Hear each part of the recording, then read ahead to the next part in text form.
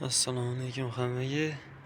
Nexia Donsboro 5 Yeger klapini ishlamayotgan so'yma bu olib keldik. O'rta darajada tiniq, idealni.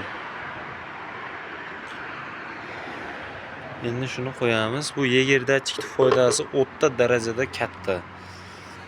Xo'p, razgon berib turganda, ili katta tezlikda ketib turganda ham 4-skorga solib qo'yilgandan keyin ozgina gaz bosib ketsa, qolganiga o'zi olib ketadi.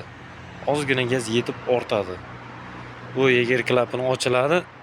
Katta tezlikda ketib turganda, razgon berib turganda ozgina gaz bosish bilan ochiladi. Bu narsa ochilgandan keyin chiqib ketib turgan chiqindi gaz yana qayta kirish kollektoriga kiradi, yana qaytadan yonadi.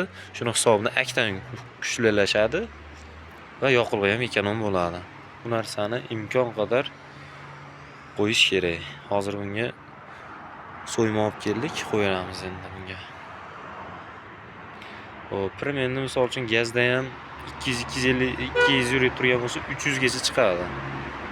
300 maksimal 300 gacha chiqadi eng kami. Probeglari ham ko'payadi. Benzinda ham, gazda ham ekonom qiladi bu narsa.